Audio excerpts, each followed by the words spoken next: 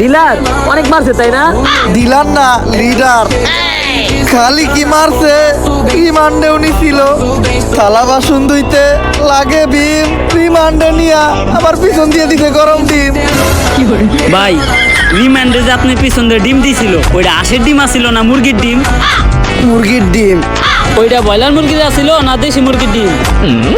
দেশি মুরগির ডিম।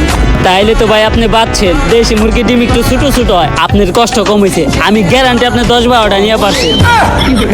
কিন্তু ভাই আমার একটা প্রশ্ন আছে, রিমান্ডে নেওয়ার পর এই যে গরম ডিমগুলো পিছন দিয়ে দেয়, তারপরে এই ডিমগুলো কই যায়? যার যার ডিম তার তার হাতে দিয়া দেয়। তাইলে ভাই আপনারটা কি করছেন? তুই তাইলে এটা কি খাইতাছস? কি